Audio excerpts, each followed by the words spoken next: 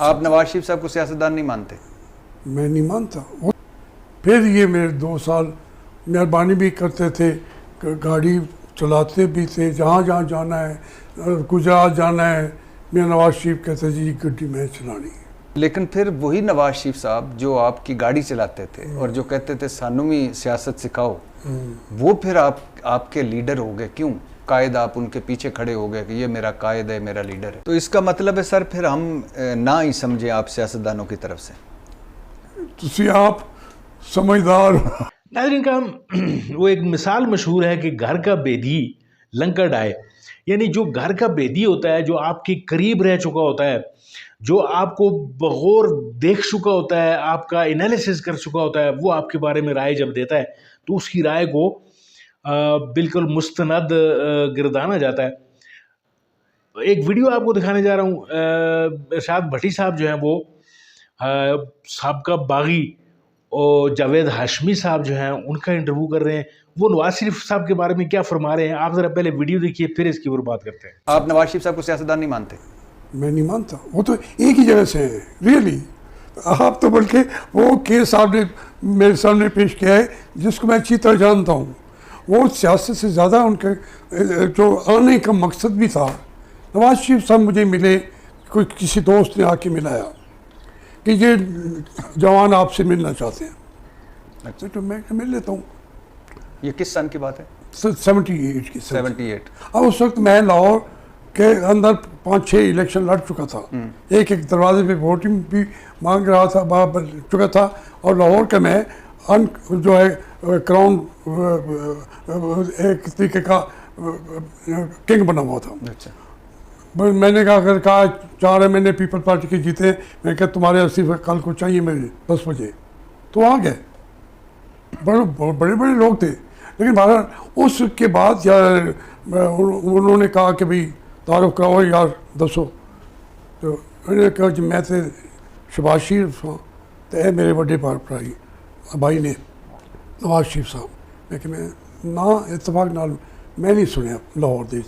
तो उन्होंने फिर मुझे कहा कि भाई ये जो है इत्तेफाक फाउंड्री, मैंने कहा वो उसका नाम सुना हुआ है। उनका तो हमारे पास ट्यूबवेल का इंजन भी इत्तेफाक वालों का है। उसने कहा ये उसके मालिक हैं। अच्छा, उन्होंने कहा, मैंने कहा जी आप हुक्म करें। इन्होंने कहा जी हम सियासत में आना चाहते हैं, आपको बताऊँ कैसे सियासत क्या हम सियासत में आना चाहते हैं। मैंने कहा मैं तो तहरीक इंसाफ तहरीक इस्तकलाल ज्वाइन कर रहा हूँ और वो बड़ी मुसीबत वाली है। एयर मार्शल असर खां है। तो उन्होंने कहा जी जिधर तुम जाओगे साढ़े असर तो नाल ही जाओगे।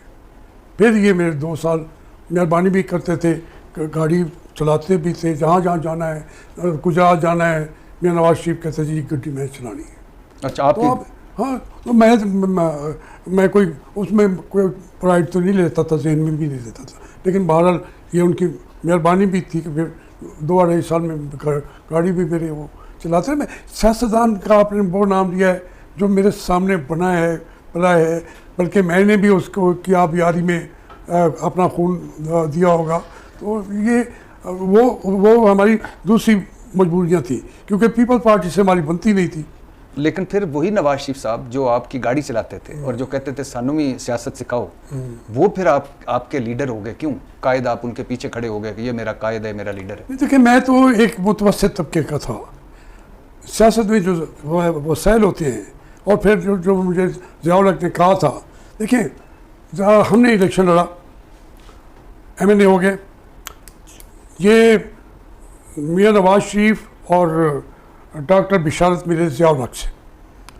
तो डॉक्टर जो वो हैं बिशारत उनके साले थे ज़ियाउल हक के, उनसे बड़ा प्यार और उनको मशवरे मानते भी थे।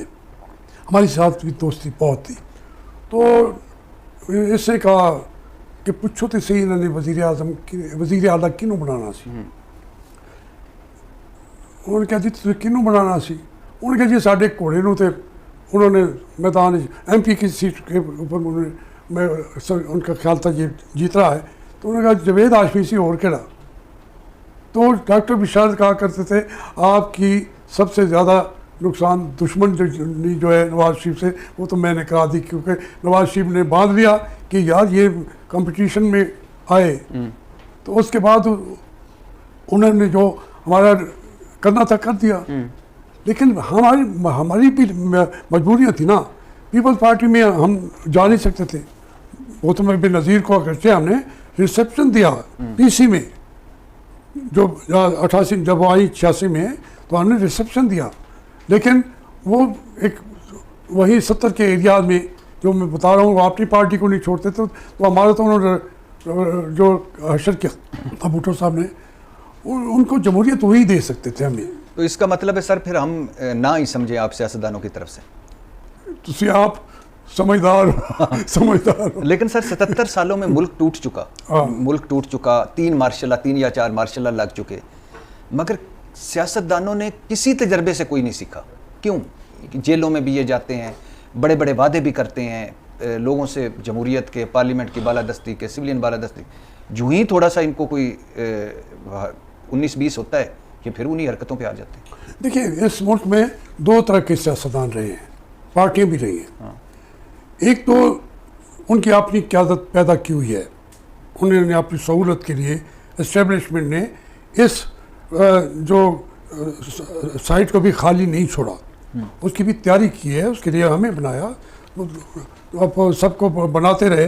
कोई उनकी बंदे जो हैं वो उनको उनकी ख्वाहिश के हट के उनके असेसमेंट के ख़िलाफ़ वो खड़े हो जाते हैं उनके ख़िलाफ़। इसीलिए मैं कहता हूँ कि भाई जब आपने इतने पार्टियाँ बनाई, खड़ा क्या, लीडर बनाए, तो आप अपनी वो जो भी आता है फिर आपके ख़िलाफ़ हो जाता है। क्योंकि जब वो इक़्तिदार में होते हैं वो कहते हैं जी हाँ हम असीर से बने हैं वज़ीर आज़म।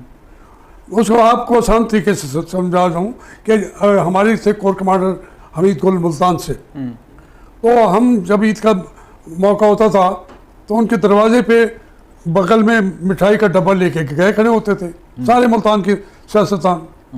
अब हमीद गुल ने बाद में बना दिया हमें वज़ीर आला और स्पीकर और सारा कुछ, या वज़ीर आज़म बन गए मियां नवाज शरीफ। अब वो कहते हैं कि ये उसी तरीके की मिठाई का डब्बा लेके खड़े होते, वो कहते हैं मैं वज़ीर आज़म हूँ, नवाज शरीफ ने कहा मैं वज़ीर आज़म हूँ, बात यही हुई है। तो फिर हम तो इस ख़ास तौर पर मैं तो इसी में लगा रहता था कि कोई लड़ता है लड़ा दे ममौले को शाबाश से, जो लड़ना चाहता है मैं उसके साथ खड़े।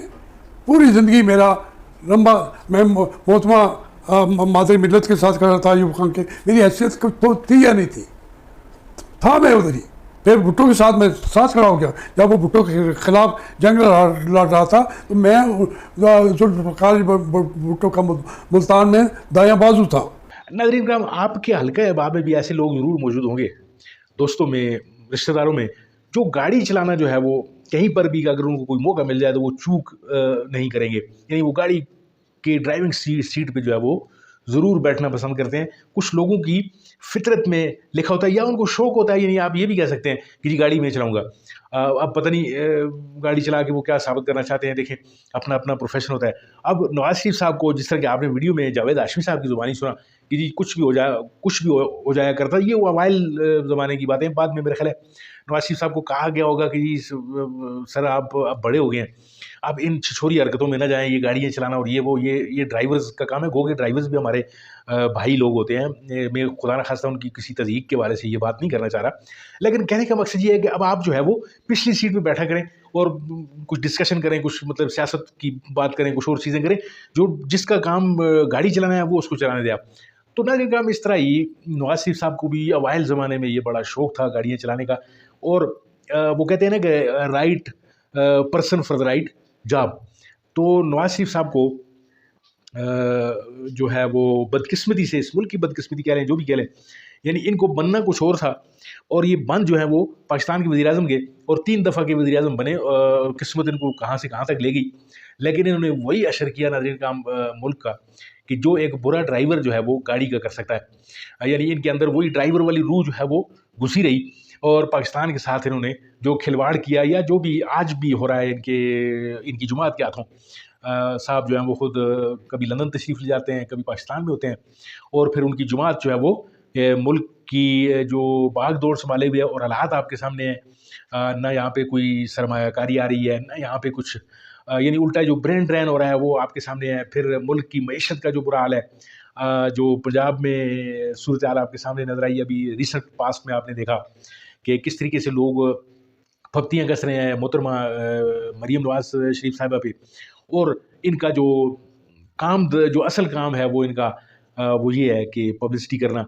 यानी ये मीडिया हंगरी लोग, यानी किसी भी लेटरीन के ऊपर इनकी तस्वीर, लैपटॉप के ऊपर इनकी तस्वीर, यानी जो ग्रोसरी का थैला है उसके ऊपर इनकी तस्वीर।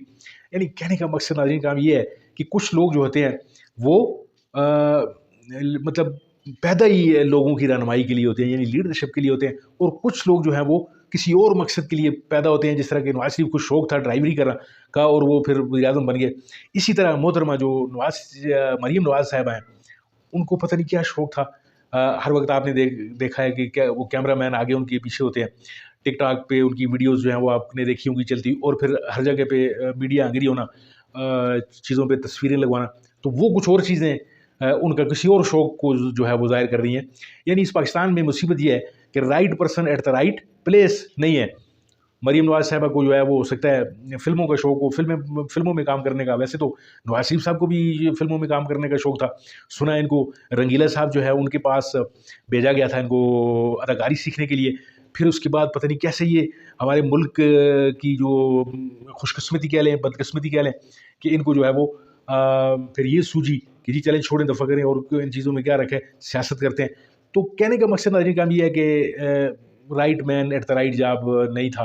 इस मुल्क के साथ खिलवाड़ तो होता ही रहा है। देखते हैं ये right man at the right place जो है वो कब तक पाकिस्तान के साथ ये लुका छुपी वाला खेल होता रहेगा। यहाँ तक वीडियो देखने के लिए बहुत बहुत शुक्रिया।